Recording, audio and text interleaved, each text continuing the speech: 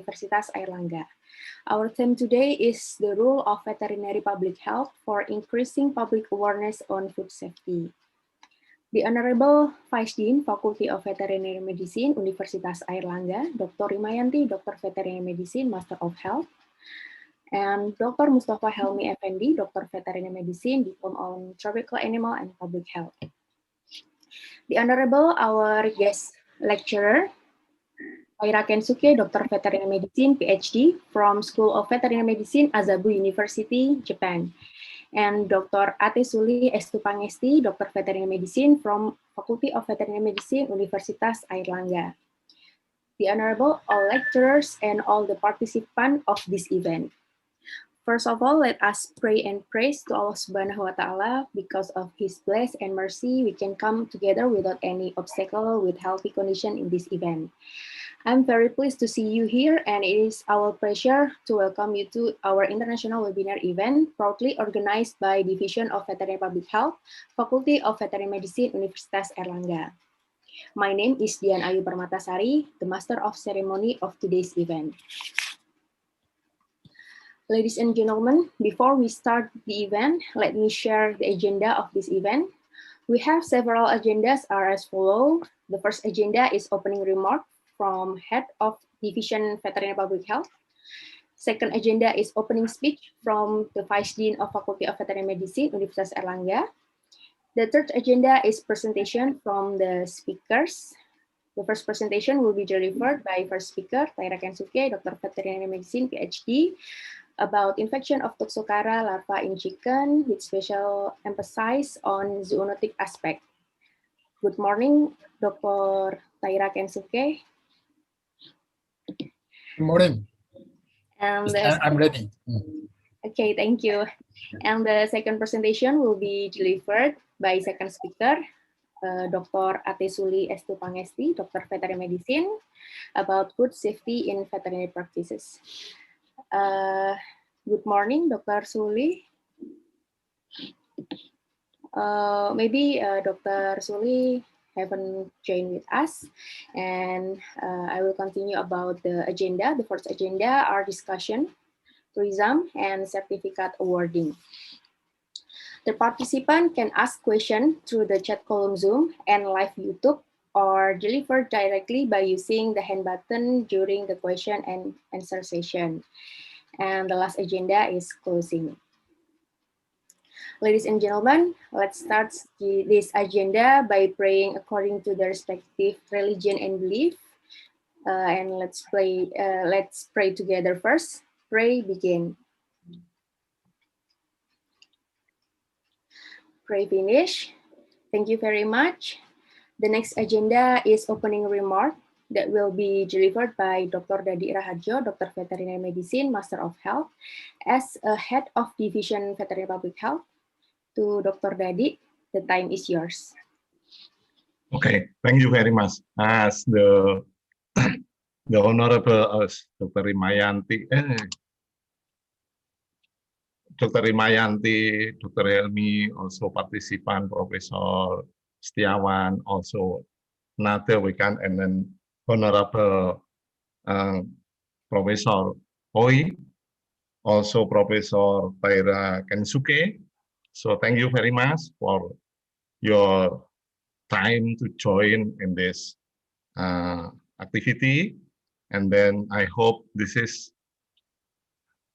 belong to Veterinary Public Health Airlangga University.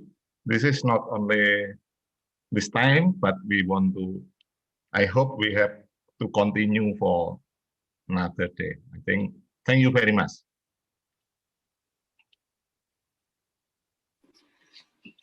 Thank you for Dr. Dadi for the opening remark. And the next agenda, which is opening speech from Vice Dean of Faculty of Veterinary Medicine, Universitas Airlangga, Dr. Rimayanti, Dr. Veterinary Medicine, Master of Health. To Dr. Rimayanti, the time is yours. Thank you very much, Dr. Dian. Bismillahirrahmanirrahim. Assalamualaikum warahmatullahi wabarakatuh. Waalaikumsalam warahmatullahi wabarakatuh. Good morning, ladies and gentlemen. Before we start, let us praise and thanks to Allah Subhanahu wa Ta'ala for the abundance of His grace and the joy to all of us, so we can still gather this morning in such a good health. First, I would like to welcome Honorable the Third Vice Dean of Faculty of Veterinary Medicine, Universitas Erlangga, Dr. Mustafa Helmi Effendi. Okay, thank you. And then Honorable the Head of Division of Veterinary Public Health, Faculty of Veterinary Medicine, Universitas Erlangga, Dr. Dadi Raharjo. As well Thank you. as welcome to our honorable speakers today, Mr. Taira Kensuke, DVM, PhD, from School of Veterinary Medicine, Asabu University, Japan, and also Dr. Ati Sulih Estu Pangesti, DVM, from Faculty of Veterinary Medicine, Universitas Erlangga. Welcome in the virtual room of international webinar of Faculty of Veterinary Medicine, Universitas Erlangga, Surabaya, Indonesia, organized by the Division of Veterinary Public Health, and will present the topic about the role of veterinary public health for increasing public awareness on food safety. I would like to welcome our honorable lecturers, professors and students of Faculty of Veterinary Medicine, Universitas Erlangga, who might join the webinar this morning. And then it is my great pleasure to welcome all participants who have joined the international webinar today in the virtual room of Faculty of Veterinary Medicine, Universitas Erlangga.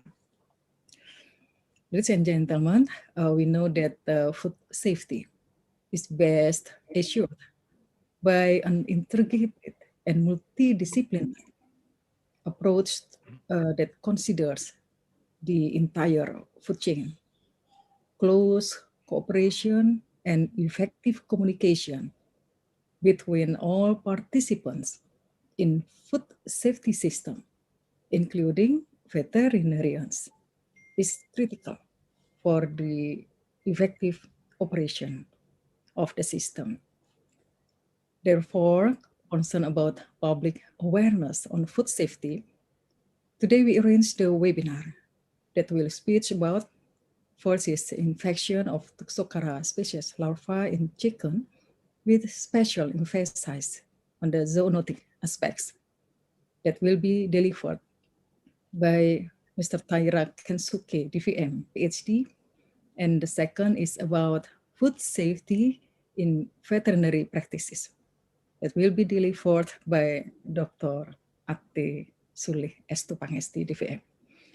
Even though this webinar and transfer knowledge are given online, hopefully all of us can obtain a great knowledge, and we hope that we can learn a lot from the webinar session.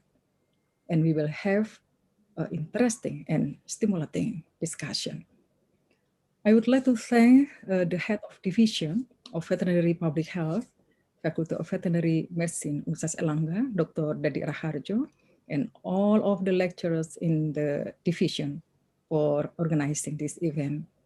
And of course, special thanks to our speakers today, Mr. Taira Kensuke, DVM, PhD, from School of Veterinary Medicine, Asabu University, Japan, and also Dr. Ati Sulih Estu Pangesti, DVM, from Faculty of Veterinary Medicine, Universitas Erlangga, for delivering such important and interesting topic so we can deepen our knowledge. We really appreciate it. Finally, I sincerely hope all of the participants will enjoy the lecture, and I wish the program will be fruitful for us. Thank you very much. Wassalamualaikum warahmatullahi wabarakatuh. Thank you, Assalamualaikum warahmatullahi wabarakatuh. Warahmatullahi wabarakatuh. Thank you, Dr. Rima, for the opening speech. So we come to the third agenda, is the main agenda, which are waiting for presentation from the speaker. For the presentation session will be guided by our moderator, Dr. Dadi Raharjo, Dr. Veterinary Medicine, Master of Health. Before we start the presentation session, I would like to read briefly about the curriculum vitae of Dr. Dadi. So Dr. Dari is one of the lecturer in Division of Veterinary Public Health, Faculty of Veterinary Medicine, Universitas Airlangga. He was born in Kediri, September 15, 1961, and in 1986, he has received his Doctor of Veterinary Medicine at Faculty of Veterinary Medicine, Universitas Airlangga. And in 2000, he got his Master of Health in Universitas Airlangga. And in 2012, he has received his doctoral program in Universitas Airlangga. For publication, he has published 19 papers Scopus Index, and his research area is on veterinary public health. Okay, that is the curriculum vitae from Dr. Dadi. Please welcome to Dr. Dadi. Thank you very much for your master ceremony. So now I'm moderator and I would like to introduce our first speaker, Professor Kensuke, Professor Taira Kensuke from Department of Veterinary Medicine, Asabu University in Laboratory Parasitology. So Professor Kensuke has the PhD in Denmark and Doctor of Veterinary Medicine from Tokyo University. The main area research is parasitology with 42 papers Scopus Index. So please, Professor Kensuke, time is yours. Thank you.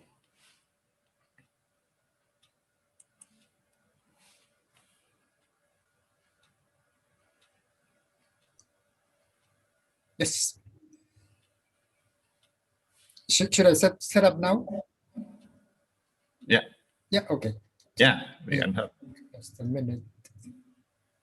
I'm setting up.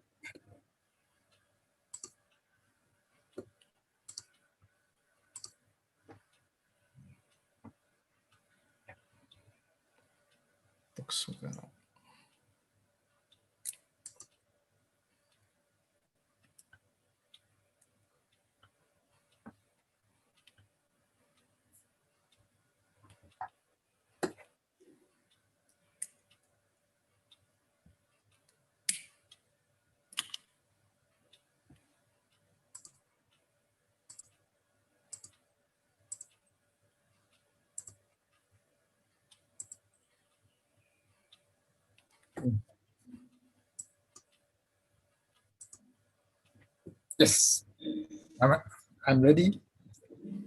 Can I start now? Yeah. Yeah. Okay, please. Okay. Okay. Good morning, ladies and gentlemen. I'm Taira Kensuke at the Laboratory of Parasitology, Asabu University. It is just my honor to have this opportunity to talk at this conference, and I greatly appreciate all organizers and the related people of this conference. Thank you so much. So today, in this presentation, I'm talking on Toxocara infection in chickens with special emphasis on the zoonotic aspect.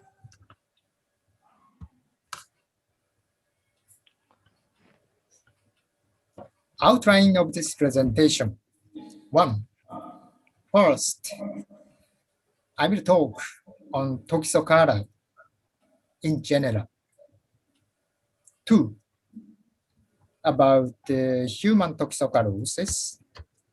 3, on experimental infection studies. 4, on natural infection in chickens. And in the end, some perspectives of related research will be mentioned. So, what is Toxocara? Is a nematode. Belongs to the order Ascaridida, family Ascarididae, genus Toxocara. The dog roundworm, Toxocara canis, the cat roundworm, Toxocara cati, is well known.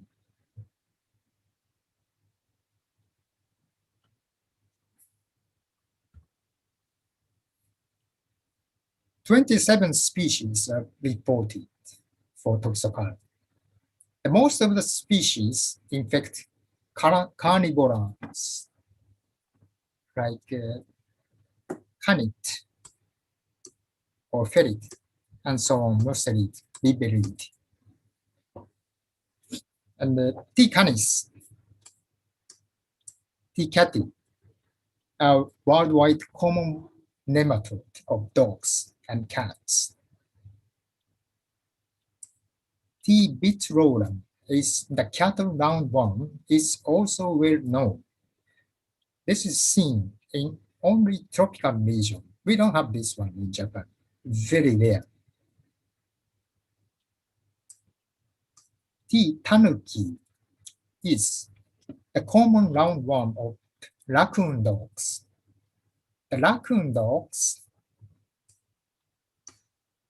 is common in Far East, such as Japan, Korea, and China.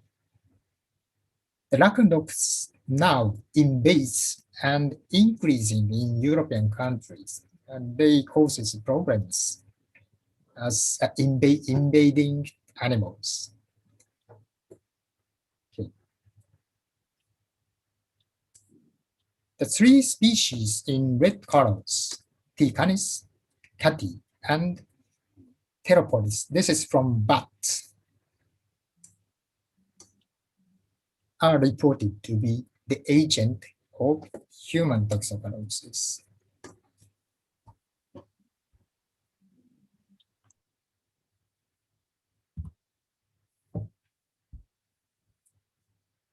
Toxocara canis is a common roundworm of canid, dogs, and foxes.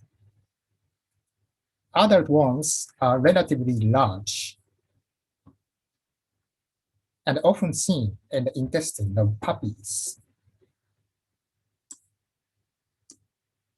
A female adult worms can produce more than 200,000 eggs per day.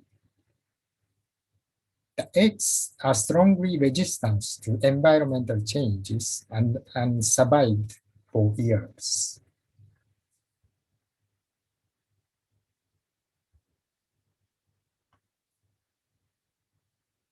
The life cycle of Toxocara canis is complex. This parasite develops into adult only in canid, usually dogs and foxes. Puppies shows high prevalence and intensive infection.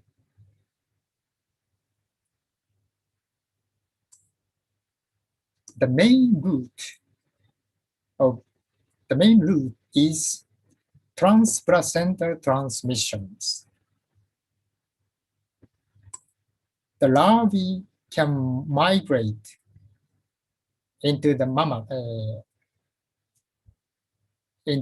mammals and transmitted to puppies via milk.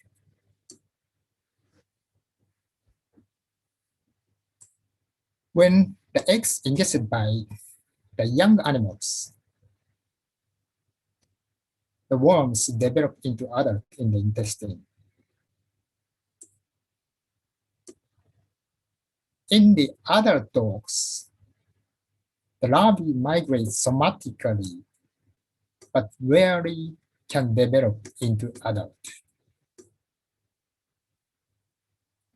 This parasite has a wide range of paratenic hosts.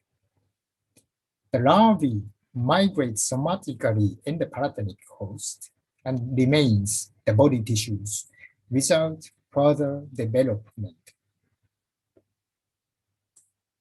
Humans is also a paratenic host. The major impact of this parasite is the aspect of zoonosis.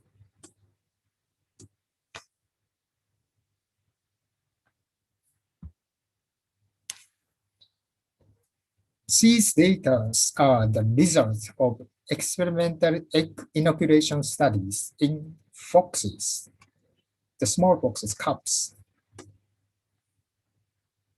Inoculation dose of the eggs and prepatent period was 35 to 38 days, and the patency was 2 to 3 months. This high dosage, 20,000 eggs, did not show the adult infection.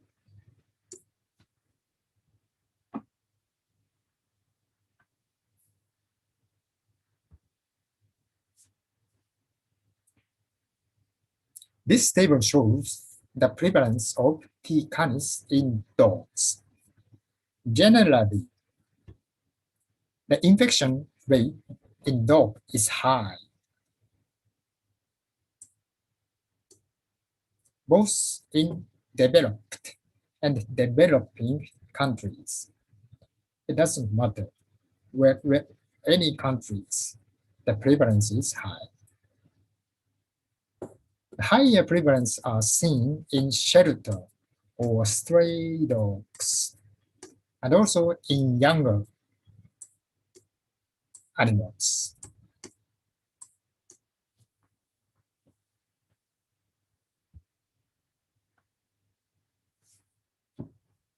Toxocara cati is a common roundworm of ferret, cat. Adult worms are relatively large, but smaller than T. canis. Here you can see a white cervical array is a characteristic of this nematode. Eggs are similar to that of Toxocara canis. This is movie. やばいよね。なんかいろんなところが似てる。Right, it's a vomit of cat. You can see こっちもいる？ active motile juveniles. そう。 It's not こっ adult ちがす one, ごい。 it's small まだこれ ones. 卵が出ないな、こんだけ小さいと。ああ。それでまだ出てなかったんですね。Some of my students took these photos, the movies. 体中動画。うん。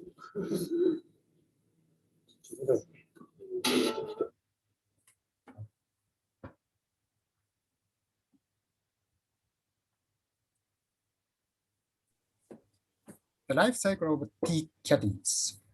This parasite develops both in kitten and adult cat, but heavy infection is generally seen in young animals. This nematode does not show transplacental transmission. The main route of the life cycle is the predation of infected paratenic host. This is the major route of life cycle. In the paratenic host, the larvae migrate somatically and remain in body tissues without any further development. Humans is also a paratenic host. The major impact of this parasite is the aspect of zoonosis.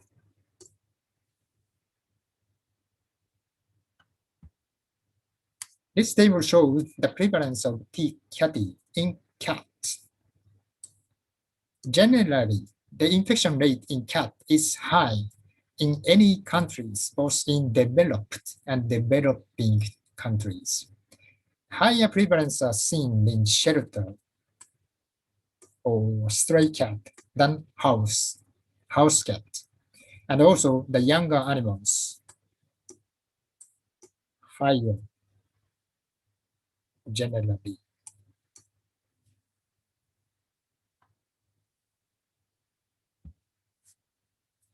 This table shows the prevalence of Toxocara X in soil from public space or sand from sandpit.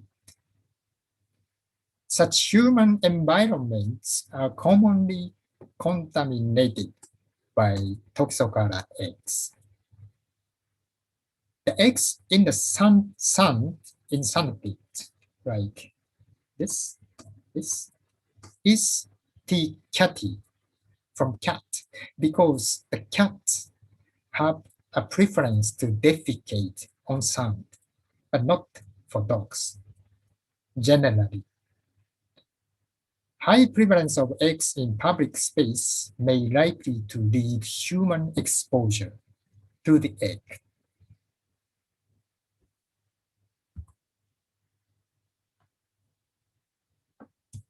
Toxocara infection in humans.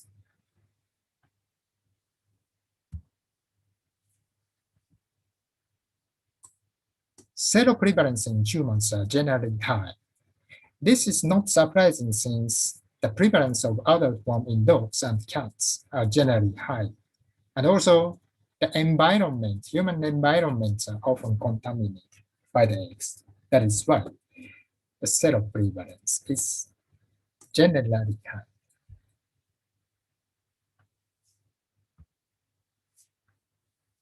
Toxocalosis, visceral larva migrants and ocular larva migrants are well known.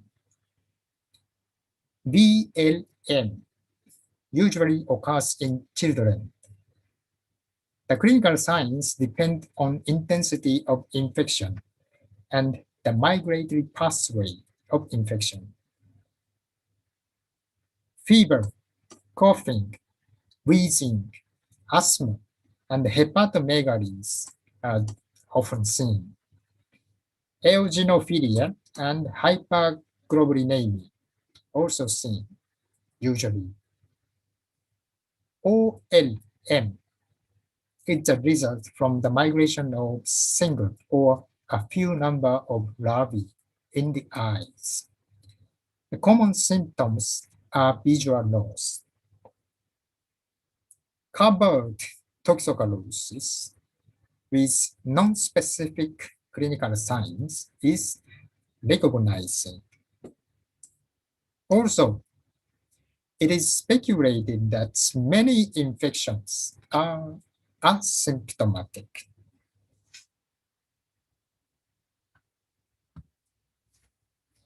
This slide shows the tissue regions of a pig, which is experimentally inoculated with P. canis egg. It's a high number, but the regions are clear in liver. And you can see the bleedings, the dot bleedings on the lungs and kidney. Also, you can see the white spots, some white spots. The pigs and humans have some similarity in physiology and also the body size. So the larvae can migrate in human like this.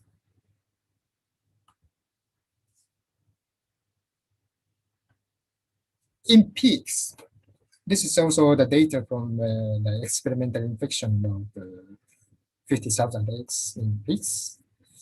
And the larvae can migrate into the brain, eyes. Also, it's not high number, low, just a low. The number of larvae, the total numbers in body is decreasing depending on the days in pig.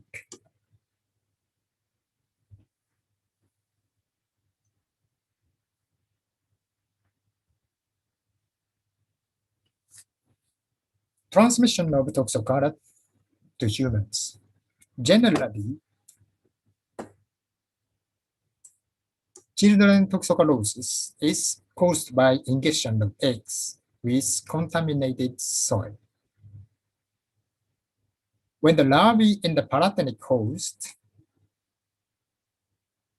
are ingested by other paratenic hosts, the larvae migrate in the new host. Therefore, infected food animals may have a potential risk to humans. There are only few experimental studies on the meat-borne risk of toxoplasmosis.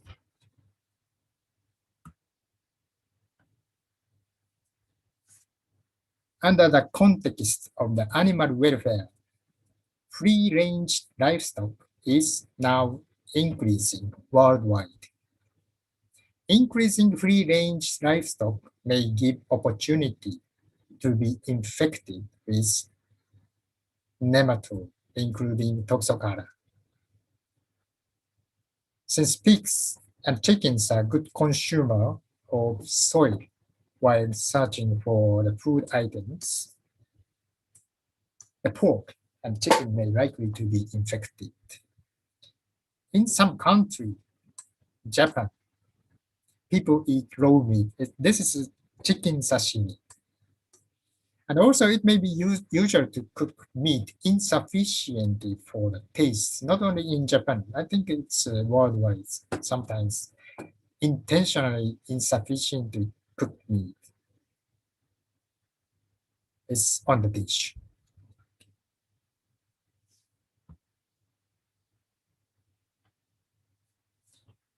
This table shows the human cases caused by the ingestion of raw meats. The most cases are from Japan.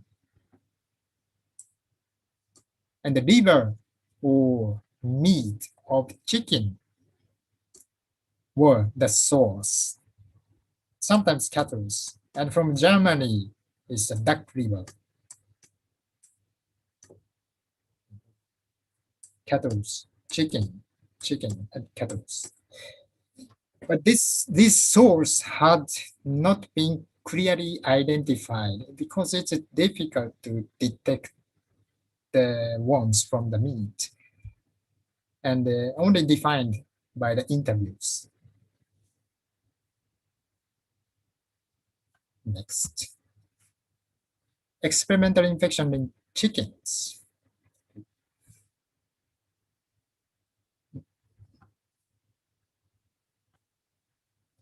This table shows T. canis distribution in chicken. It has been known that T. canis infect in the liver of chicken.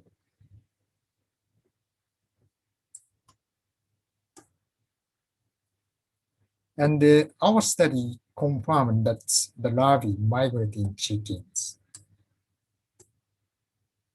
And it's interestingly, the larvae did not trapped by liver. The worms gathered in the liver after the lung migration. Okay. Anyway, T. canis infect in the liver of chicken. Next.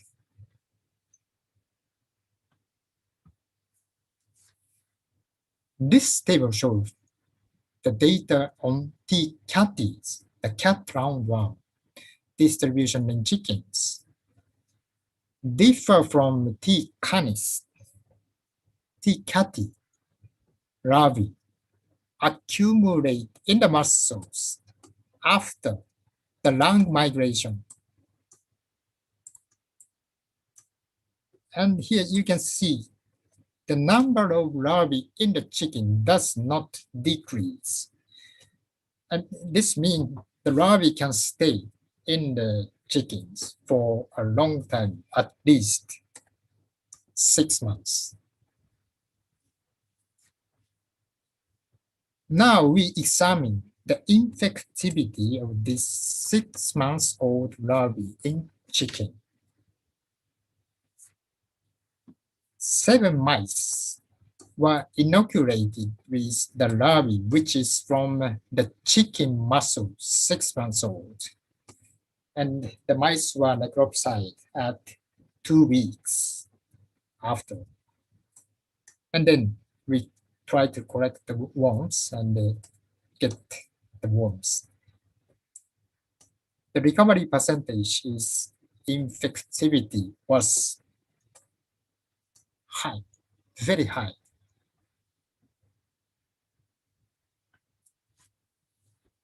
This result suggested that the infection in human can occur in the same route. One more table on the cold resistance of T. cati larvae in chicken meat. The larvae preserved chicken were inoculated into the mice to see the infectivity. This chicken was infected with T. cati, and the worms were inoculated to mice. When the meat was stored in the fridge, the worms still remain the infectivity even after 4 weeks. When the meat was stored in the freezer, frozen, then all worms were killed.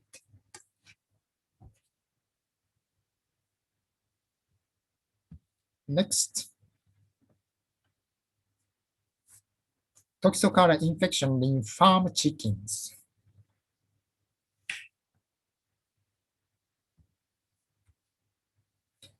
"50 chickens were digested for the detection of larvae. The chickens were obtained from a free-range farm in Japan. In this farm, the cats were hanging around. From the chicken, the liver, breast, and thigh, the limb meat, was sampled and digested for the worm recovery, worm inspections. If the larvae detected, genetic identification was conducted.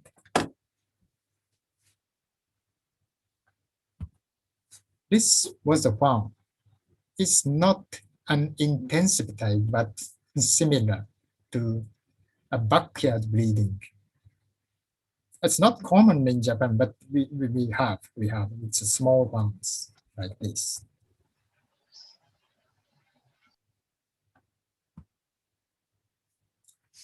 One larva was detected from a breast meat of a chicken. The larva was identified as T. cati. It was here, cati.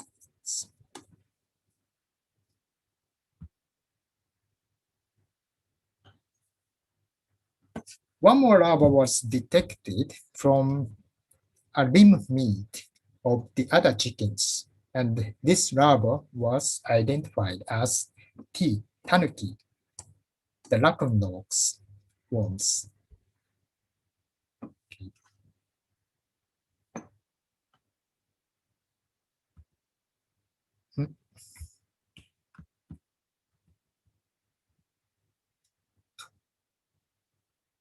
Okay, so in this field work, we detected Toxocara larvae from free-range chickens, and raw and undercooked chicken meat pose the source of human infection.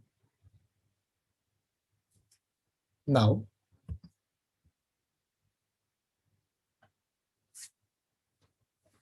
what is the root of Toxocara infection in chickens? Generally, the cat doesn't eat cat feces. Mice don't like cat feces. Earthworms or dung beetles eat cat feces. The mice eat earthworms. Here, we established a hypothesis that earthworms play a role in the life cycle of T. cati.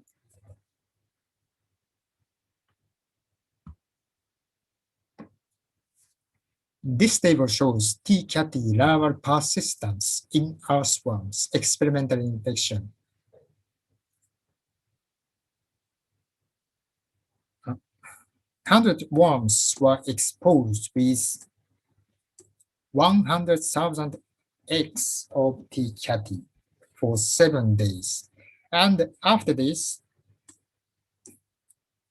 we examined the number of larvae in the earthworm tissues.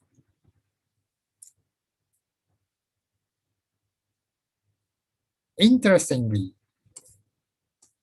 the larvae was seen in the tissue of earthworms. Even at the 8 months, 20 this one, 8 months later.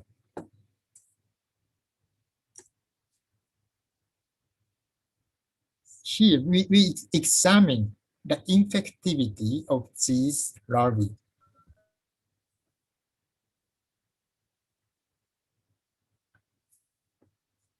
This table shows the infectivity of the larvae from earthworm in mice.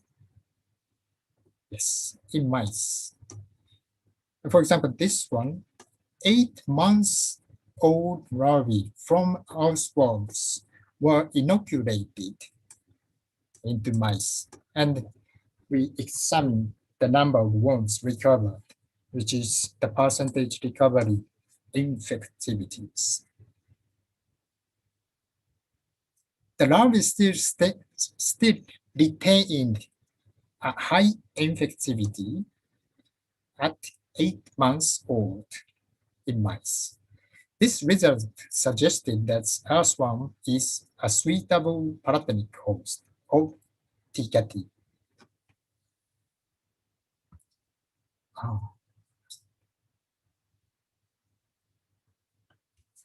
Conclusions. T. canis, the larvae infect in the liver of chickens. T. cati, the larvae infect in the muscle of chickens.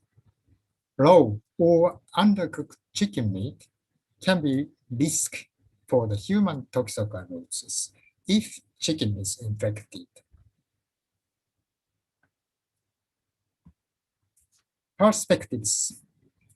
Prevalence of toxocara larvae in free-range chicken need to be known in different regions or countries.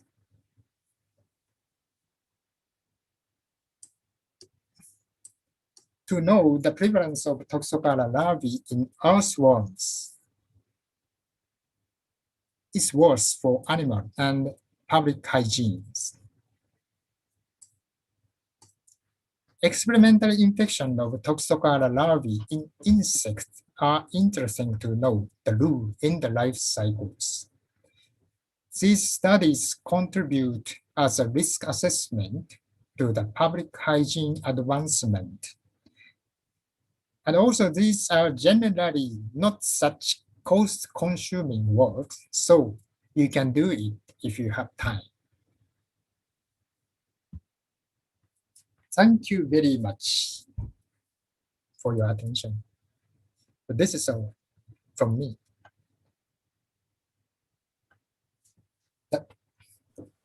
Okay, thank you very much, Professor Taira. So sorry if I mistake because I read in your publication you used Taira, so I will Professor Taira. I think the family name is Professor Taira, right?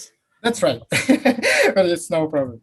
Okay, because in Indonesia we don't have the family name. Okay, Family name is Taira. that's your presentation make us, I think me especially, is shocked in this time. Why? Because we never think toxocara is zoonotic through the chicken, and I think we have the because I work in the bacteriology and now I work in salmonella from the chicken. So I have the chicken, and then chicken Indonesia we have two kinds. One is in the conventional, and then one is free range or backyard chicken. And most of the Indonesia village, they have the backyard chicken, and so backyard chicken in Indonesia very, very big population. And then the second is the problem is Indonesia eat almost all the part of the chicken. And even of the liver, kidney, everything is we eat. We just only skin, oh, no. Feather is throw it. All we eat. So I think that's the now we about that, and also in human and seroprevalent in human we have something also. You already, I don't know who developed the PCR test for identification. I think I think in Indonesia is PCR now is more cheap compared of the ELISA. So ELISA is more expensive and something. But that's very interesting topic. And then maybe I will, if you have time next, we will can discuss or something. Okay. Yes. So that's, I think audience will interested about that, and then they know very clear about your presentation. So now, please, maybe audience will have some question. So please, 3 people have. Okay. So I read all. Professor Taira can read in the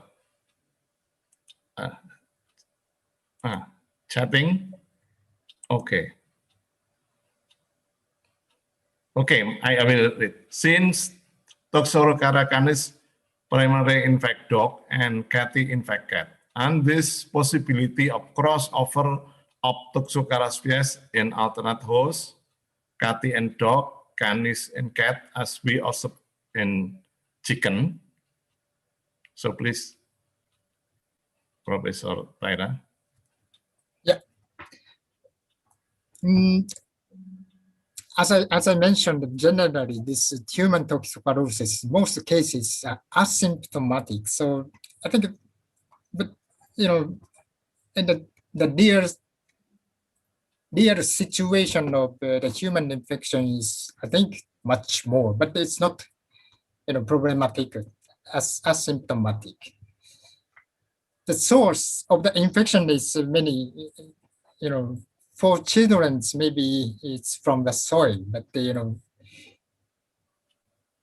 adult humans often, especially in Japan, they like the chicken sashimi, and then the source is suggested to be the raw meat. And I think it's interesting to see the real situation of the Toxocara infection in livestock, but there are not many reports on this. So maybe interesting. For example, as you mentioned, in Indonesia, you have many backyard chickens, and to see the state situation of infection is interesting. Yeah. Yeah. Thank you. We are not use sashimi. No, but we have satay, almost undercooking also, I think. It's well cooked or not well cooked. I don't know exactly, but the satay looks like I think it's in the middle is not cooked well, but another is cooked well. So I think that's very nice. So thank you very much, Professor Taira. And then another question is, in order to prevent zoonotic infection, how should chicken be cooked or prepared? You have some, maybe Indonesia cook is very well because cooking is long time. And maybe some specific prepare, you can explain, like for sashimi or something. It is, yeah. Chicken be cooked, prepared. How? Okay. Yeah, you mean how the chicken should be cooked to prevent the infection, right? Yeah. The question is, okay. Yeah, of course, well cooked with the heat. And, the heat is very effective, so you have to cook very well. But as I showed you the data on the cold, if you want to eat the sashimi, chicken sashimi, you can, store the Alright, meat in fridge before okay. you, if you accept some, degrees of the taste. Yeah. So the heating and the cold, the freezing is effective to kill the worms in the meat. Okay, thank you. So freeze is good. When it's freezing, they will reduce of the infectivity or kills of the some larvae, the mean. Yes, if you cook completely, it's killed. But of course, you have to cook well. Yeah. Okay, The center thank you. of the meat have to be, you have to check the temperature of the center of the meat when you Okay. froze the meat, when you cook the meat. Okay, okay, thank you very much. So another question. I think this is Professor Lucia is very, what do you mean?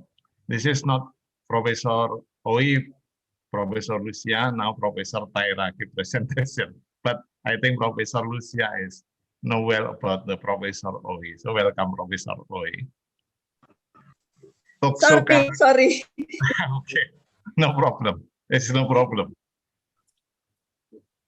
So Toxocara cati and Toxocara canis. And do you have experience with Toxocara vitulorum in chicken?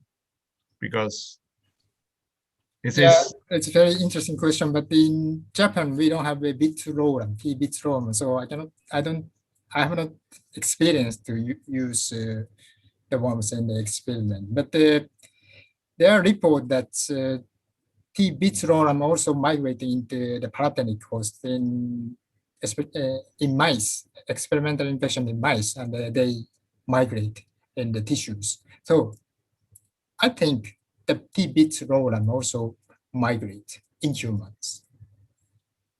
okay. Thank you. Maybe Professor Lucia, you have some of the notes about the Toxocara vitulorum situation in Indonesia. As I know, Toxocara vitulorum is also zoonotic parasite, but we don't have evidence in chicken. So I asked Dr. Tiara, maybe you have experience. Vitulorum. But then, no, we don't have vitulorum. But it's yes.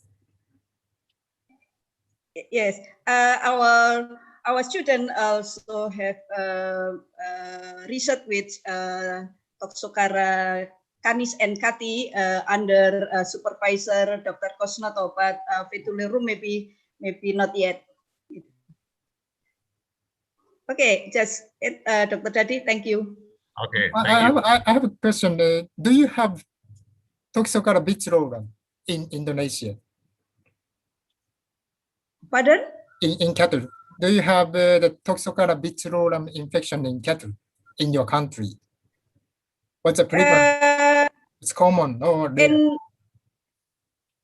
chicken? No, in cattle. In cattle. Chicken is not here. in any In kind cattle, of, yes. In cattle, we have evidence with vitulorum, Toxocara vitulorum. Its the prevalence is very, very high. Maybe Prof. Iwan or Dr. Kosnoto can explain about it because they helminthiasis in their research in helminthiasis. I'm in my major is protozoa, not helminth. Okay, but it's very interesting. So I think I really want to go to Indonesia to see. so after pandemic, okay,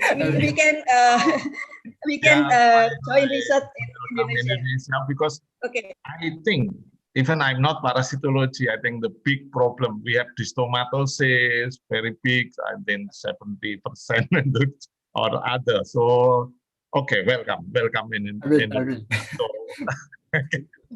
thank Yes, you. if you come in Indonesia, I will join you. Thank you so Thank much. you. Yes, I'm sure. Okay. Promise. Okay, so I will continue with.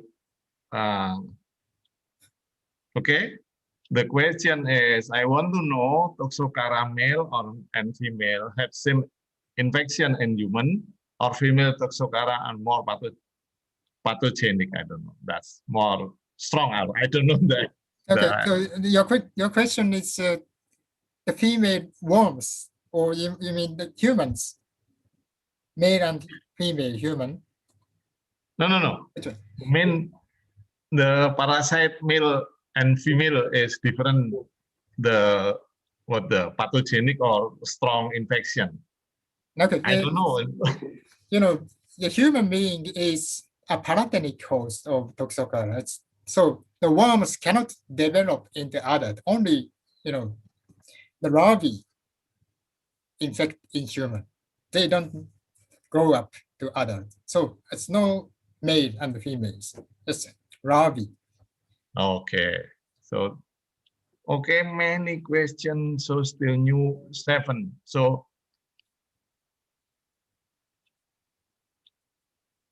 okay, I will. Okay, how Toxocara canis is treated in human? Infecting human. Yeah, is How? human infected? How to treat it? The root of infection. Therapy. Therapy. Okay. Generally, often we use albendazole. Okay, automation. Okay. And then there is a report. Ivermectin is also effective to kill the larvae in the tissue of human. Okay. So automation in Indonesia, we have big issue about fight to COVID-19. That's problem.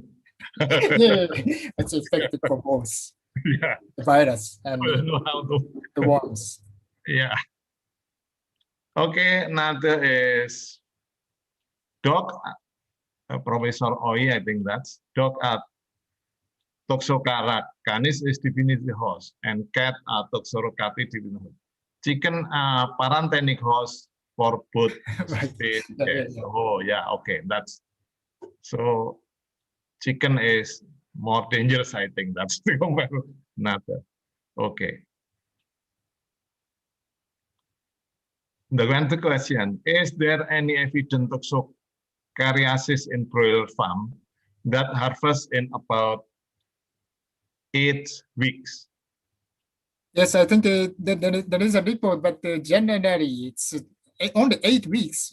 So it's not many, like layer. As you know, the layer is 2 to 3 years you keep, and then they have many opportunity to be infected. But broiler is short, just as short, so it's not often to be infected by parasite, by nematode. Yeah, also broiler in here is we have many of the drug like the many anti-parasite and something. I think that's okay. And also it depends on the breeding environment. It's if it's in the cage or on the ground, it's different. Of course, on the ground, it's many opportunity to be infected. But yeah, and in Indonesia, makes some in the states maybe 1 meter from the ground, but other they put in the ground within it. But most of the broiler is conventional, so they put some serious of the medicine, drug, parasite, and everything. I think because this is intensive farmer, not like the backyard chicken. This backyard chicken just left, nothing to do, and then go to everywhere. Might be the source. I worried now. The Helminth's infection is not, it's not the matter for the intensive farms. The big farms, but the backyard, yes. Yeah, freezing is big. In Indonesia is very big capacity, maybe almost, yeah. I last is more than 100 million of that. The big farm. Yeah, because almost all in the village they have keep the chicken in the backyard area. Almost all people. Okay, and that's information from Professor Oi. Human and paratenic hosts, they do not grow to become adult and human. But I think that's still of the problem. So I don't know. So another question is, okay, just say happy to hear from you. Thank you, organize. So thank you, Dr. Lajuminantan An. Okay. Okay, Dr. Intan and Kamaru, thank you. Since there are a high chance of free-range chicken to be infected with toxocariosis, would you recommend deworming practice? At what age the chicken should be dewormed? I don't recommend the deworm the larvae because this is not adult worm, the larvae. And before the deworming or before treatment, you have to see the situation. I mean, you have to examine how many chickens or how much the prevalence of the larvae in the chicken. Then you decide if it's very high and have a high risk to the public hygiene, then you can consider to treat or not. Oh, okay, so we need to develop the simple and cheaper diagnostic technique from that situation, I think. Okay, thank you. Then another, how much chicken muscle sample or liver should we collect for detection of larvae? Yes, as much as possible, but it's at least 50 gram, 100. We use the 100 gram of the muscles this time. 100. But 100 gram. Okay, and then liver is, I think, as whole liver. Liver. Oh, yeah. because the chicken liver is not so big, so you can digest that's the whole liver. Okay, thank you. Then this from Professor. Okay, thank you, Professor Roy. you have involved in that. I think that's very interesting discussion, and then we have to next to meet to another situation, so we have the time, and then another question is, can Toxocara be transmitted trans-ovary via eggs until die or chick? And then the second, which one is more risk for Toxocara infection, broiler, layer, or domestic chicken? I think the number 2 is already layer, and domestic chicken, the means backyard chicken. I think that's more the problem. I think the first one is, can Toxocara be transmitted trans-ovary via egg until die or chick? Professor Laira, please. I think it's maybe it is possible, but if you find some larvae in the eggs, you have to report because there are no reports so far. It's a big findings, big evidence if you find, and it is possible because the larvae migrate any places in the body. Okay, so that's eggs have possibility to have the transmit this Toxocara thing. Yeah. For example, the chicken Ascaridia gari is the very common roundworm of chicken, and they very rarely migrate into the eggs, but very rare. It's only one depot from Japan. I see. So we don't know yet. So how many we don't know yet because that's not so easy to detect. Okay. So I think the last. So thank you very much for Professor Taira Kensuke and also Professor Oi who have to join in this. And I hope Yes. next we have continue this. Can you Okay, show okay. the last slide one more time? Can you show my Yeah. last slide? Okay, okay. Please.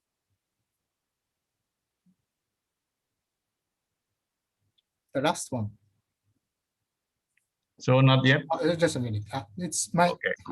my turn. This one. Yes. I just want to express my special thanks to Professor Dr. Ui. He has retired in this March. Oh, And yeah, he has done a lot of great works for veterinary parasitology. Not only in Japan, but his work was worldwide. And always he encouraged and support to my works. And thank you so much, Dr. Lee. okay. Thank you also, Professor Oi. I think is have some time to veterinary, Faculty of Veterinary Medicine in Erlangga, and then next after pandemic, so welcome again in Surabaya. So welcome, Professor Oi. Welcome to Professor Taira. I hope we soon the what the pandemic will go will come to. Okay, thank you very much for your kind and your time to this the webinar. Okay, thank you very much. Thank you so much.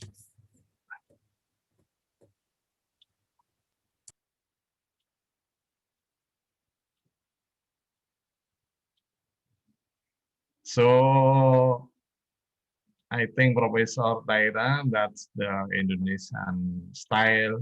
We have certificate for you. I hope you enjoy that certificate because I have worked with many Japanese of the professor, and then if I ask professor from Japan to keep the signature, they say, "Oh, that's homework." That's okay. Thank you, Professor. Thank you so Taira, much. and Very nice certification. Thank you so yeah, much. I hope you enjoy with the certificate. Okay, thank you very much for your presentation. Now I think the time is for second presentation. Okay, so I will invite Dr. Sule Estupangwisti, Senior Lecturer in Division Veterinary Public Health. So she on veterinary bacteriology and immunology from the Leipzig, German, and then also from Erlangga University and Bachelor. Okay, so please, Dr. Sule, time is for yours.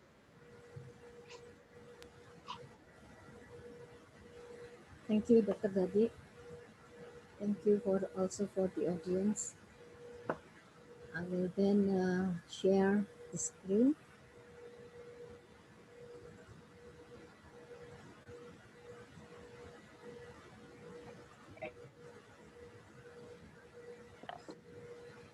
So my title is about how the veterinary practices involved in food safety.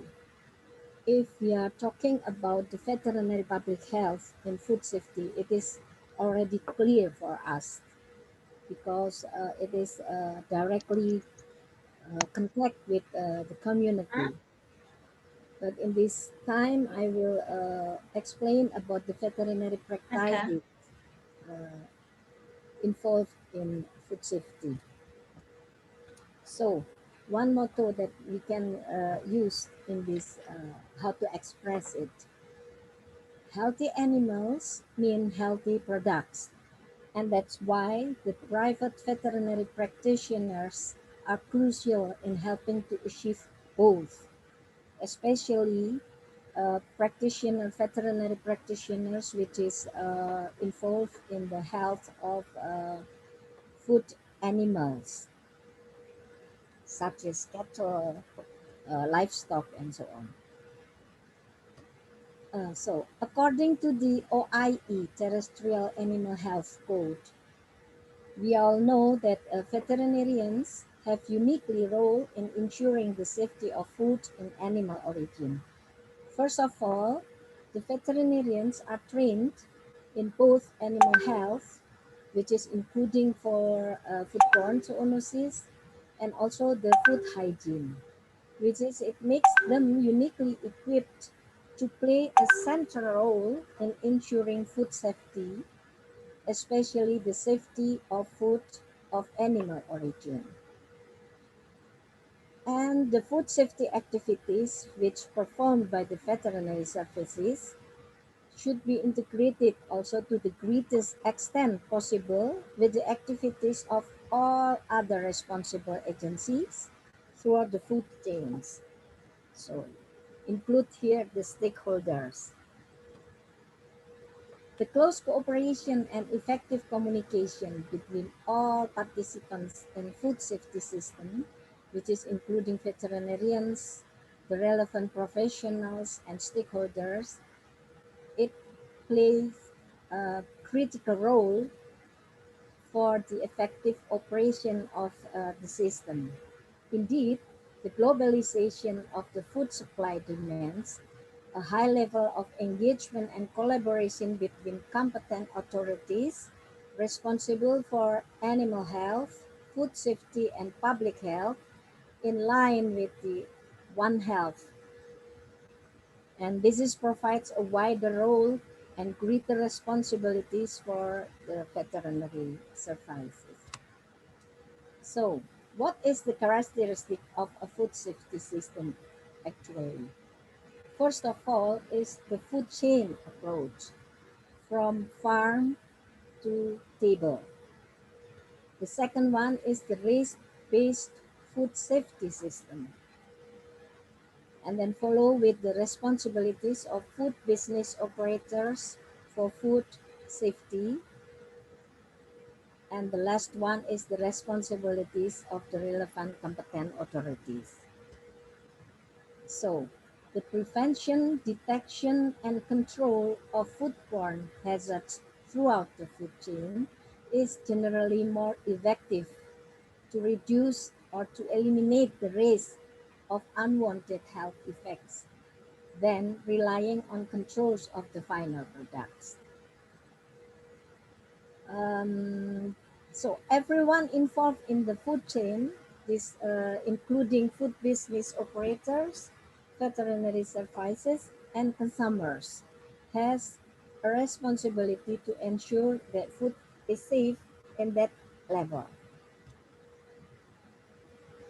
In order for veterinary services to make the best possible contribution to ensuring food safety, it is important that the education and training of veterinarians and the veterinary paraprofessionals should also include appropriate training in food safety systems and ongoing professional development. The activity of veterinary services throughout the food chain. This is also depend on the responsibilities of the competent authority, which is some may be limited to a part of the food chain, but also some position uh, also responsible for the whole of the food chain. So, the veterinary contribution in food safe. Animal feed origin and quality must be assured. Yeah. Animal identification, animal health. This is part of the veterinary practitioners, also the private veterinary practitioners, which is mostly work in the field of livestock farming. Also, practicing animal welfare in animal waste disposal also, and according to the food safety, when we are talking about food safety, it is mostly hazard, GHP, GMP, or SSAP. And also the meat inspection, traceability must be assured that when there is something happened, so we can tracing it up to the farming where the food animals come. Also official control, and the important one is also central database and recording management. Sorry, it is typo. And roles and responsibility of the producers also, which is mainly the role of veterinary practitioners is important here. So, how to assure safe food? The emerging of food pathogenic microbes, we have to avoid it, to prevent it. Increase detection of any contaminants, even it is in minute amounts. And then industrialization, also the intensification of farming, which is intensive rearing of livestock, uh, also cause the environmental pollution. And lifestyle of the people changing every time. Also important our lifestyle now in the time of a pandemic of COVID-19. What is the lifestyle changing of people? Mostly is trends in tourism, but nowadays it must be locked down, I think. And business trips. Also fresh and undercooked food, which is now trending to consume. Exotic culinary, exotic animal, which is mostly not food animals. For example, right now it is an issue that pet animals is also consumed in several countries. The ecosystem destruction, of course, decreased quality and healthy environment impact. And the competition to assure consumers' confidence, and also the impact of globalization of trading, which is need internationally legislation. About food safety, of course, there is a foodborne diseases situation that we cannot avoid. WHO every year said that every year around 600 million, almost 1 in 10 people in the world fall ill, and 400,000 die every year according to the foodborne illnesses. So most of all, globally, the problem is caused by dioxins, listeria, ESE, hormones residue, and AMR. So what about the veterinary practitioners in this connection to the food safety? Mostly, or in the top is the veterinary services as a control, as the authority of the government, but the private veterinary practitioners plays also an important and crucial role. There are four places that the veterinary practitioners involved in this food safety. In primary production, which is on the farm, in slaughtering and processing establishment, in retail, which is corporate veterinarians, and also controlled by the veterinary services, and also in defense of the nation's herds and flocks, as well as the domestic and international food supply. This is a very, very essential. Maybe we can also now happen in our country, which is the food supply now is not according to the lockdown uh, program of our government.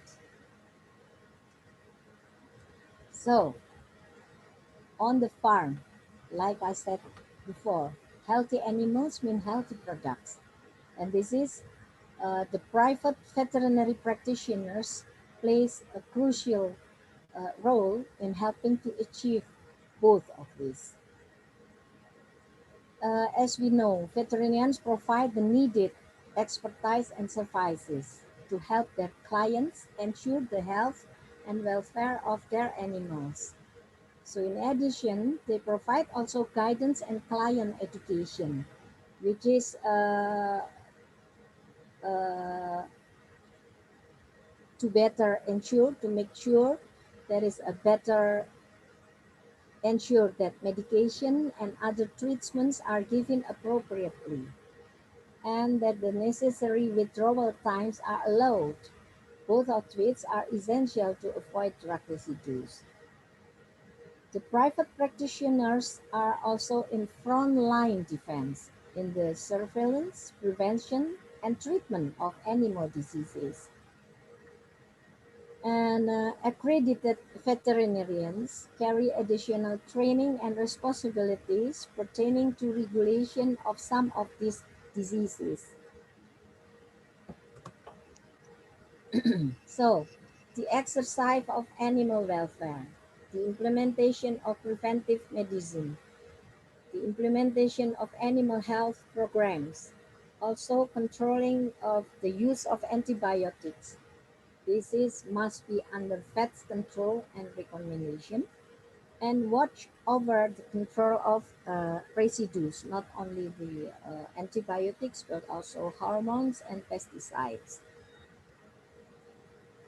According to the white paper of food safety in January 2000, food safety cannot be separated between public health, and animal welfare, which is in animal welfare include transportation, handling from farm to the slaughtering place, and then handling of the food.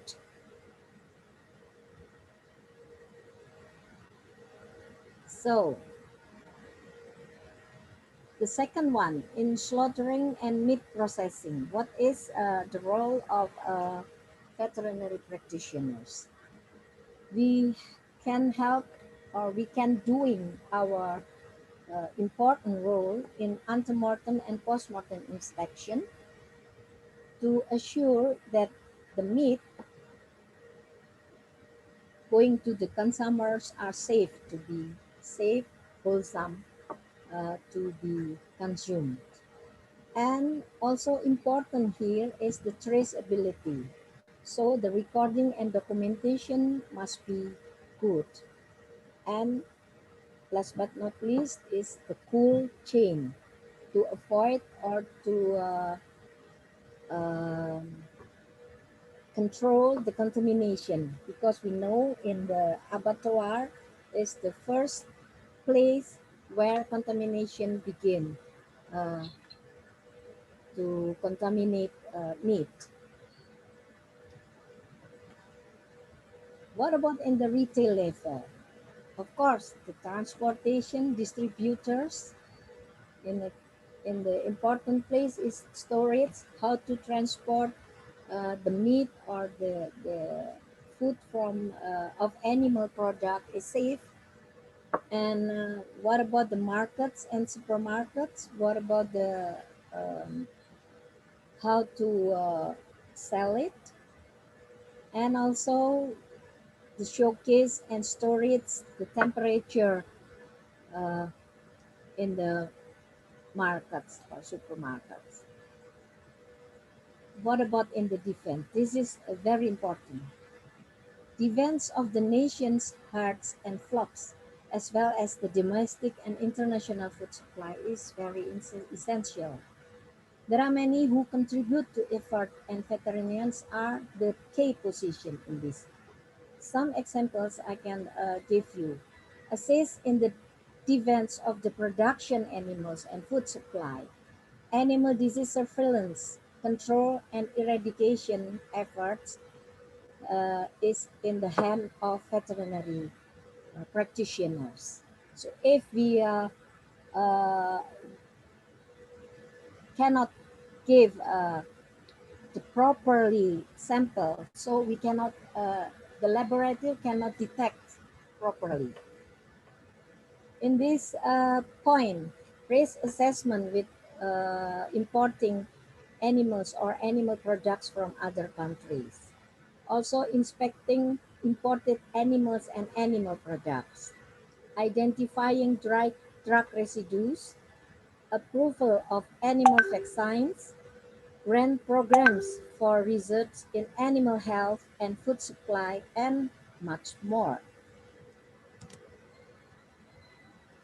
It also has a important role of veterinary practitioners in Air Force veterinarians, which are involved in preventive medicine, zoonotic disease control, also public health issues, and directing food programs. And the veterinarians who are also legislators or who are involved in government are in a unique position to share their expertise with policymaking constituents to help ensure the continued safety and defense of our food supply, health, and flocks. The veterinarian and universities also assist with research to enhance food supply veterinary medicine, production animal health and welfare, and also practical advancement which are applicable in the field. And also in the community, the veterinary practitioner can help to give an education for the consumer, how to handle the food, uh, what is the important, why cold chain is important for the food supply, and how about the cooking idea. So remember, even the best product may become risky to the consumers if stored in high temperatures. So safe from farm to fork, not only to table but also to fork. Why? Because according to the food safety is the responsible from of all of us, from the producers, the handlers, and also the consumers. So how to comparing food safety assurance in the old and modern times.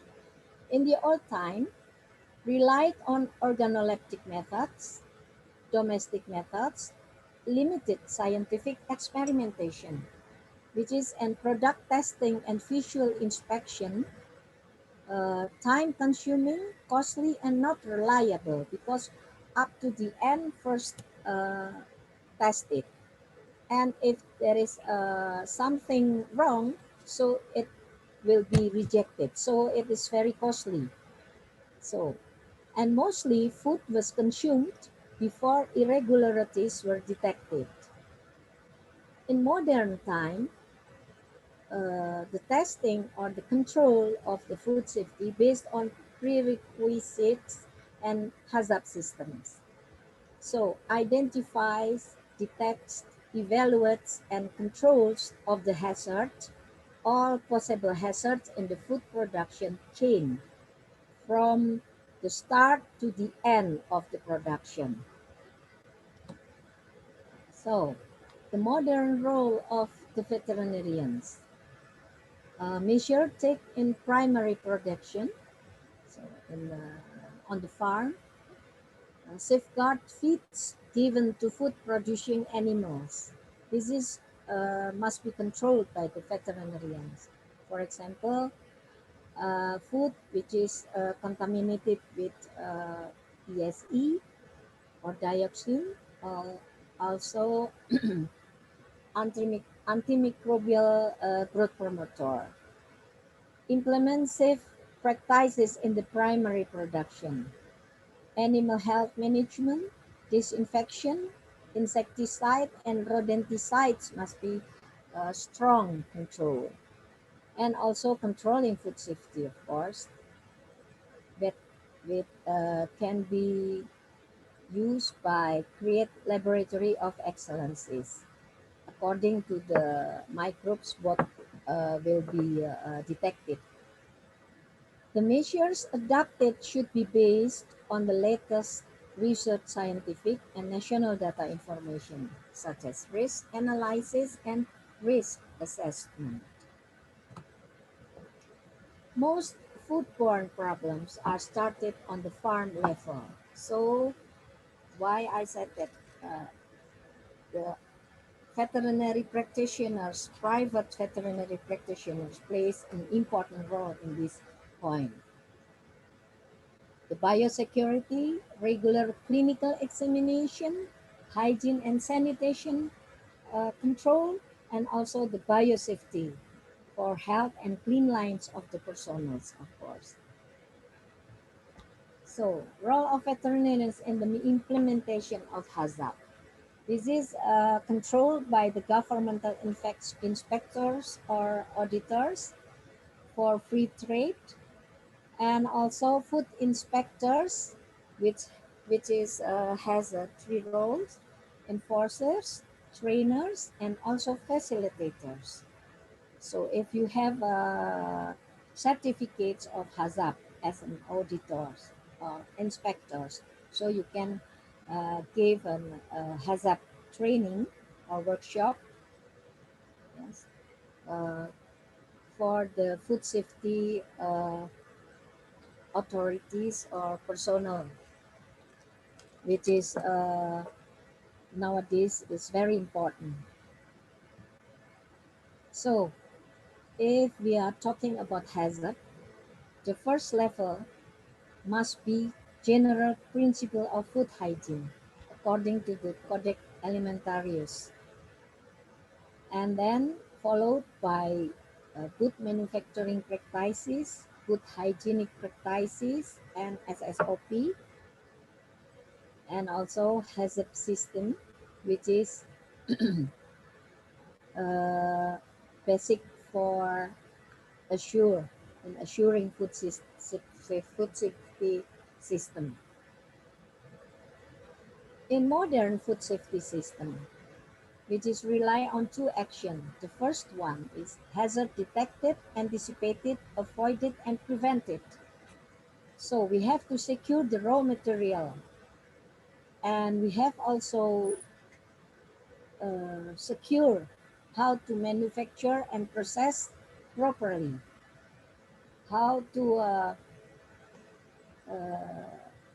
convince the CCPs anticipating and proper treatment.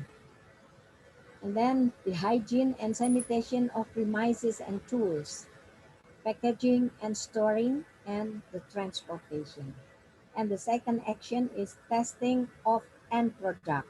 So end product it will be tested in the second step, but all of the flow chart is also here. Manufacturing and processing properly. According to the HACCP, we have to mention the CCPs, and from the CCPs we can take the samples regularly. So we know that contamination can be happen anywhere, in the food, in the farm, in the slaughtering house, in the market, traditional market or wet market, also in our kitchen also, and water that we drink also. So we have also have a responsibility to make sure that our food is safe to be consumed. According to the Safe from Farm to Table, input in farm must be secure. Uh, the animals must be quarantined firstly before uh, coming to the farm, and also in the pen. And then transportation from the farm to the slaughtering place, which is starting from the farm. Animal welfare must be also done here. After slaughtering and processing, then transportation of the animal product to the processing place, and also to the restaurant or retail, and then to the consumers. So in this step, food contamination at every point of the flow chart in the cakes, from the cakes to the table and hand of the consumers. So what can we do to prevent foodborne illness? So do not cross-contaminate. If we eat, for example, fresh food, do not contaminate with another food that must be cooked properly. So as we know, HACCP implementation in every food sector, from production to retail, from farm to table, again, from the production level in the farm, and from the processing level, and also in transportation, and in retail and food service. So HACCP can be used as self-control in food safety, both for the system to control and tools. As a system, we can use HACCP for recognizes hazard and establish the measurements. And for the tools, we can use it to ensure hygiene and safety. So I think that's all that I can give to you. I just want to remind you 5 steps to food safety. Practice personal hygiene at all times. Clean and sanitize. Separate raw and cooked food. And also safety temperature, and must be sure what is that the material is safe. I think that's all. Terima kasih. Thank you very much. I give it back to Dr. Dadi as a moderator. Okay, thank you very much, Dr. Sule. So I note some from the presentation. This one is foodborne disease. This is the big problem. Yes. We have 600 million people affected, and then 600 million people affected foodborne disease, Yes. and then 400,000 people die. And actually, for Indonesia is also special. Yes. Almost all children in Indonesia under 5 years, they have minimum 2 times got diarrhea due to foodborne disease. So foodborne disease is big problem. And then I think veterinarian, Dr. Iwan, we can, according to Dr. Sule, start from the farm until in the table. That's had all the problem. And then Dr. Sule also mentioned is we need to modern technique for detection, so create lab of excellence. But so I think in this case, we need working together between institutional like the university, and then government, and then also public for public. I think then next Dr. Sule, because I know Dr. Sule have the close relation with the, and Dr. Sule know well about the what the kebijakan from the Dirjen Peternakan. So maybe next I will can ask. So I think now we continue about the question from Dr. Nusdianto. I'm still worried about broiler small farm because they keep the poultry, especially broiler, in the ground with a minimum attention in environment, hygiene, which increase risk of disease transmission as well as toxoplasmosis. And what your opinion and current issue about antibiotic resistance, especially from poultry farm that published by one of newspaper in Indonesia. So please, Dr. Sule, that's question from Dr. Nusdianto. Okay. Dr. Nus, this is our problem.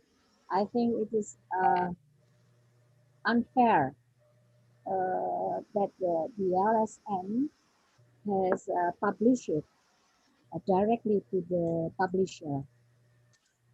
Since, yeah, I think in other countries, they don't also agree to hear that, because right now, the producers, especially for broiler meat, chicken meat, broiler chicken meat, is it now in consolidation?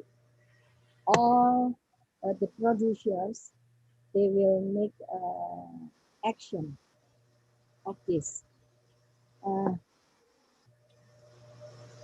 I think this is similar to what happened with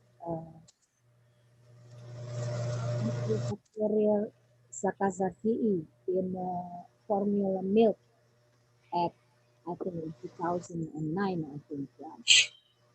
That time, the researcher also talked directly to the media, and that is the problem, issues about that. So nowadays, I'm personally in Askes Maketi, so this is the Association of Veterinary Public Health in Indonesia. We have now want to make sure, and we will as what is it, mediator between the producers and the LSM, the NGO. Hopefully we can we can fix the problem. I think that's all, Dr. Bobby. Dr. Nels? Okay. So, sorry, I'm not so clearly, but I also not read about in the newspaper of something, but I think now is how we start to work together to have how to increase our standard of the safety for the food, because I think that's big problem. Okay, thank you, Dr. Sule, and thank you, Dr. Nusdianto. Maybe another. Add something. Okay. I agree that EMR, not only in broiler chicken meat, but also in the environmental where we live, because it's a contamination is everywhere. But in this case, I don't know what happened with this NGO. Why do they directly publish it in the media? And it is unfair, I think. If they want to say like that, they also have to express or to give data. What about the MR and AMR in other places? not just in this flow chart. I mean, this is important. Why? Because in this time we are in a lockdown, and all of the producer is have a problem, the same problem about the apa namanya, food supply also. You mean And food chain? as we all know, chicken meat or eggs is the important one, the important uh, animal originated food that can be harvested in short term. I think that's all. Everybody. So, okay, thank you. I think I add some. I think the problem is we don't have the. We learn about the anthrax. We learn about the avian influenza. That's because the information is not enough, not comparable with any from the other side. So people make it some the panic.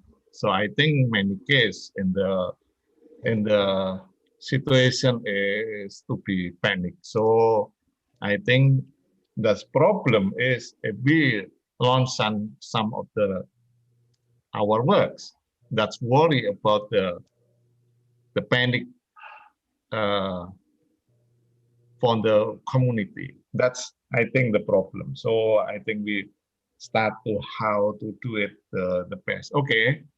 So please other question.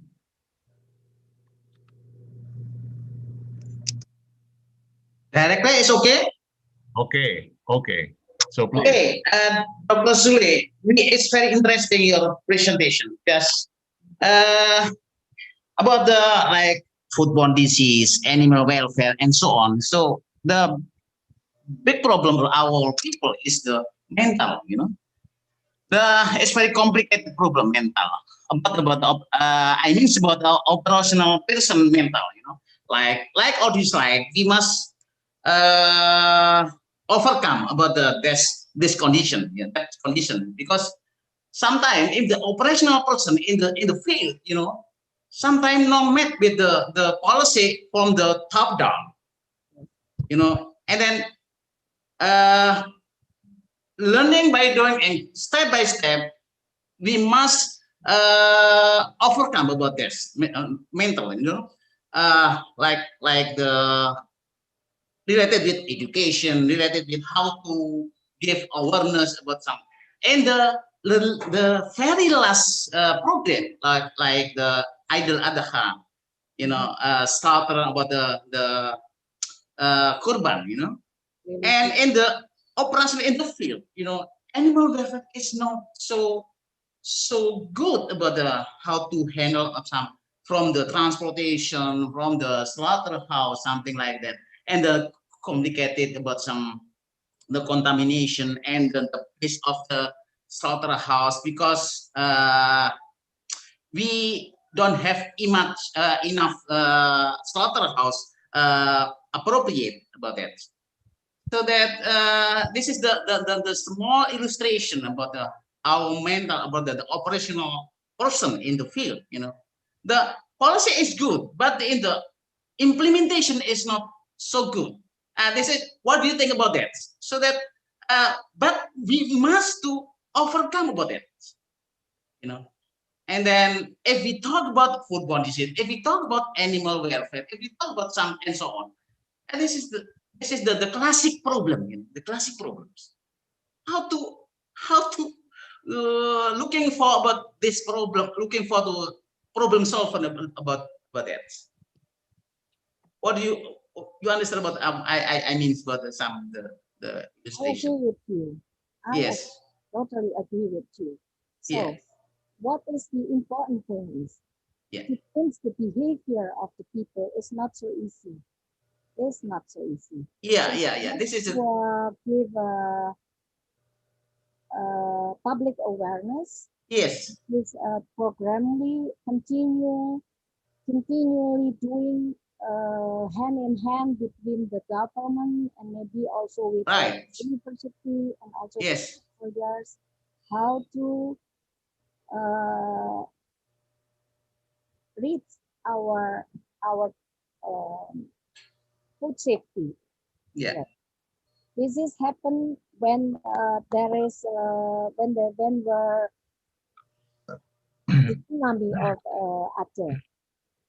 Yeah, every building is damaged, and the WHO, the FAO given funding Yeah. to build healthy markets there, and they hope that the people can be changed behaviorally to make a healthy market, how to run a healthy market, which is the broiler carcass Mm. only selling in the special place, Mm. meat sell in the special place with Yeah. conditions and with what is windows and doors closed to avoid insects and rodents. Mm. But after 3 months, back. Yeah. Yeah, this is the general problem in the development country, you know. This is It's very complicated and difficult to to solve about that condition. that's why public awareness must be programmed continuously Yes. yearly, Yeah. maybe every 3 or 4 months, so that the people must be what is it? Reminding to remind the people that it's not good, that is the best, that is better, and so on. Yeah. I think Sometimes there is the special ethnic to it's difficult to give some enlightenment about something. Yeah, what is to be done. This is the condition of our people. that's the question. So I also wonder why the people of Indonesia that lives in Malaysia, Yeah. Nepal, our neighborhood, Yeah, yeah. I lives in agree. Hong Kong, Yeah, lives yeah, in yeah. Arab Saudi, lives in Right. countries. They can do better. Yeah, right. They want, oh, totally good. Why in Indonesia? Yeah, I don't know what's the issue. What is the problem in our country?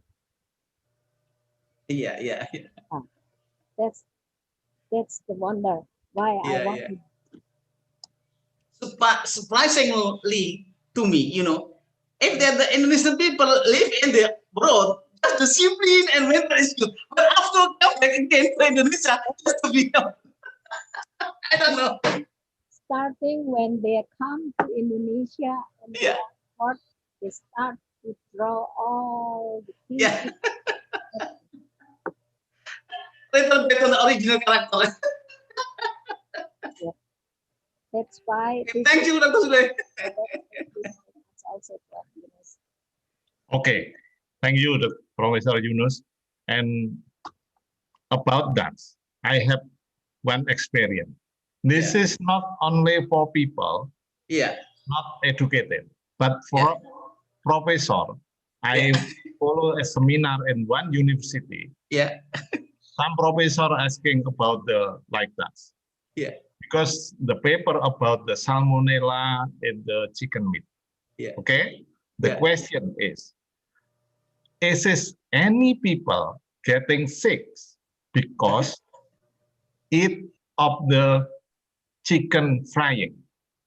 The question like that. Yeah, Because if people put down some of the report about the in the meat, in the chicken, or in the question is, it is have the impact, the people getting ill. That's the problem. This is not, this is in the university. This question in the university, and these people is professor. So that's Indonesia. I think that's not easy in the American what to say, food apa ya, like Kentucky, like that. They have some of the standard procedure for keeping. So okay, I think another question. How do we establish whether the process flow is included in the CCP, PRP, or PRP is the regulation that set up is up to there was news last week about the use of antibiotic that do not fit in broiler farm. On the news also state that detected the presence of the use of colistin. How, in your opinion, is this less educated on the breeder or indeed less concern from the PS or technical service? Thank you very much. That's you have two questions from the Petra Yuda. First, how do we establish whether the process flow is included in the CCP or something? So, what is the flow chart is depend on your product. What kind of product do you want to produce? And what kind of the flow chart you want to produce? And then with the flow chart, then we can step by step of the flow chart, and we can test it with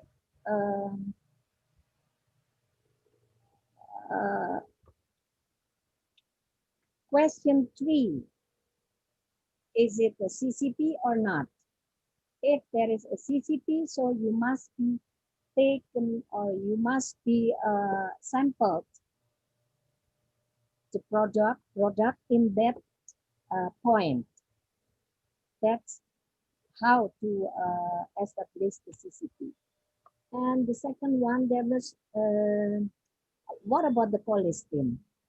Colistin, I think it should be it's not allowed to give to the animals, I think.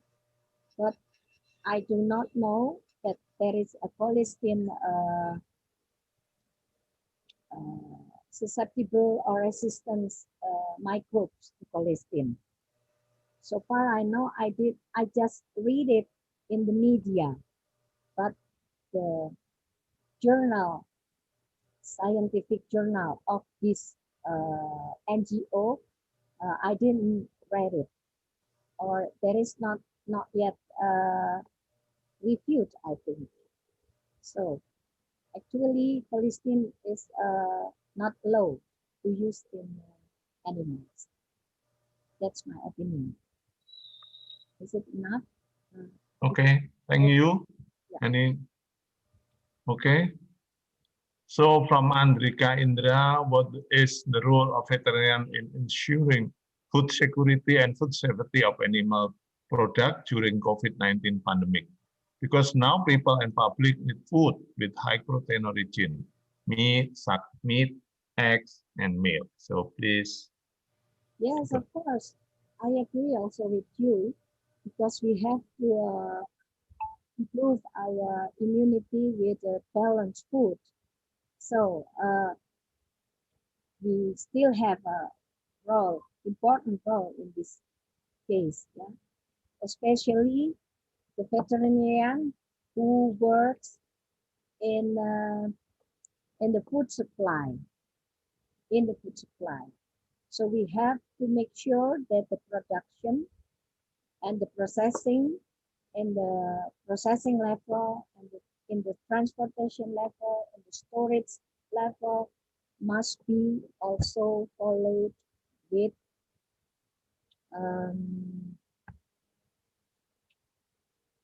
healthy protocols. Every people who involved in this supplies must be use masker, must be sanitized, and take important vitamins to improve the immunity.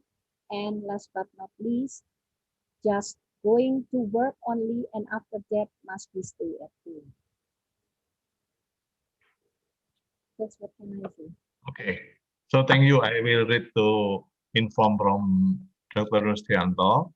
So colistin is not available anymore for animal in Indonesia for a few reasons here. I think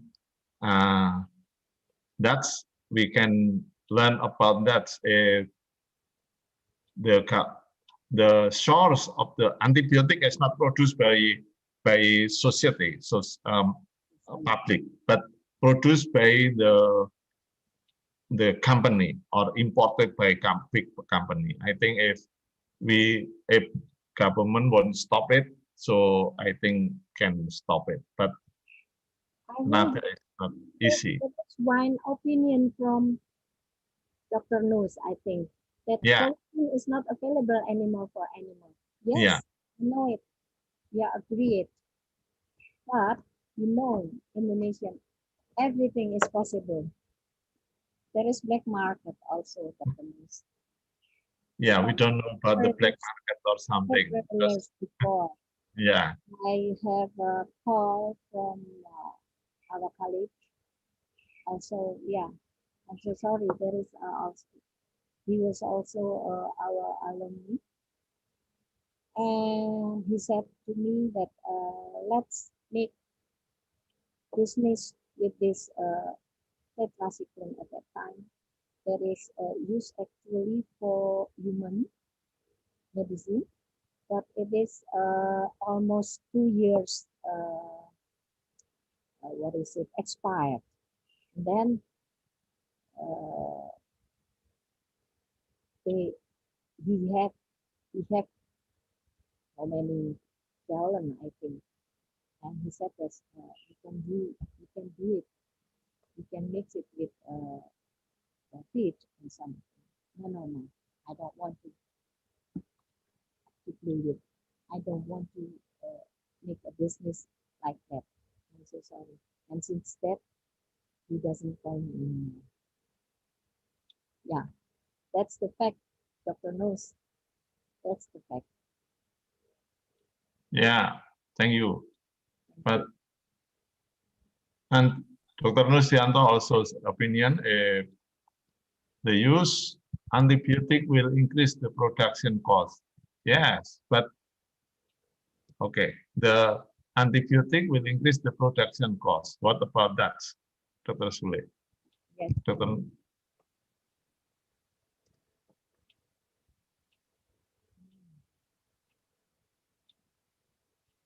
For a few recent years. Which one, Dr. Dadi? The Dr. Nus is bad. I think the use of antibiotic will increase the production cost. So cost will be increased if use antibiotic. Yes. So we have to remind it that antibiotic use only for treatment, not for prevention. That is it. If there is disease issues or problems, then we can use the antibiotics properly, which is parenteral or peroral or something, and the withdrawal times must be also assured. We have to make sure that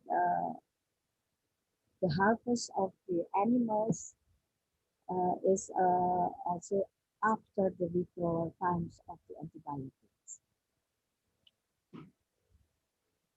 Okay. Right? Yes. Okay. So maybe I will add my opinion also to Dr. Nus. Yes. If the use antibiotic is especially for antibiotic growth promoter. That's now the big problem, I think, is antibiotic growth promoter. Even the government already banned it since 2018, but we don't know exactly what happened. Because if antibiotic, okay, increase the cost, but without antibiotic, maybe they will lose everything. That's the problem. I think no more question. So That's very nice presentation. Thank you very much, Dr. Sule. And then, Thank you very much also for all the audio. yeah, I'm so I sorry. think that's all. And I will back to the master ceremony. So please, Dr. Dian, time for yours.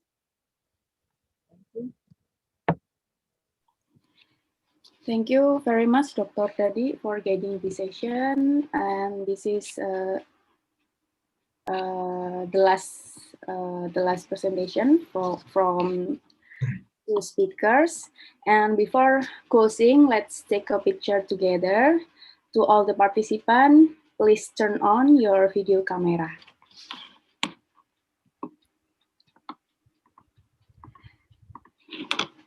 Okay, here are 5 slides. I will take a picture on slide 1. 1, 2, 3. Slide 2. 1, 2, 3. Slide 3. 1, 2, 3. Slide 4. 1, 2, 3. And last slide, slide 5. 1, 2, 3. Thank you very much. And finally, we got the last session in this event that is closing. On behalf of the committee, we would like to thanks to the speakers for the informative and interesting presentation and all the participants for the participation. May that we have conducted today will be useful for all of us. Once again, if there are any imperfection during the implementation of this event, we would like to apologize to everyone. Let's close this event by saying hamdalah, alhamdulillah. Thank you very much. Wassalamualaikum. Thank you for all. Thank you. Ya, terima kasih Profesor Yunus. Iya. Ya, terima kasih. Dr. Dian, terima kasih. Iya, Dr. Helmi. Terima kasih semua. Dr. Helmi, thank you very much for your You are welcome, Professor. Oke. Okay. Allow me left. Professor Tyra? I'm so sorry. Professor Tyra, thank you for your presentation. It's very interesting. You are very welcome. Thank you so much for everything. Yeah, thank you so much. Thank you, Dr. Taira, Prof. Oi. Thank you very much. Oi, Prof. Oi, thank you. You should come to Japan. Do you still remember me? After COVID-19. Professor Koi, do you remember me? I think I have been to your office once. Yes, yes. Thank you that you still remember me. Will be as soon as possible, and then we can meet again. Yes, actually, when you were talking about, when we were discussing about this Toxocara vitilorum in cattle, you see, because we don't have this ascarid worms in Japan, and it would be very interesting to work with this worm because we found this in Taiwan. We have Toxocara vitilorum in Taiwan. And I think about 40 years ago, you see, it was a very big problem in Bangladesh, where the larva, you see, goes through the milk, and then it infected the young cows, and many cows died in Bangladesh. There was when I was a student, you see, I still remember that. So we do not know whether this Toxocara vitilorum can infect human or not. So it would be very nice to see if we use this worm and then try to infect the rodents, you see, whether it can act as a parasite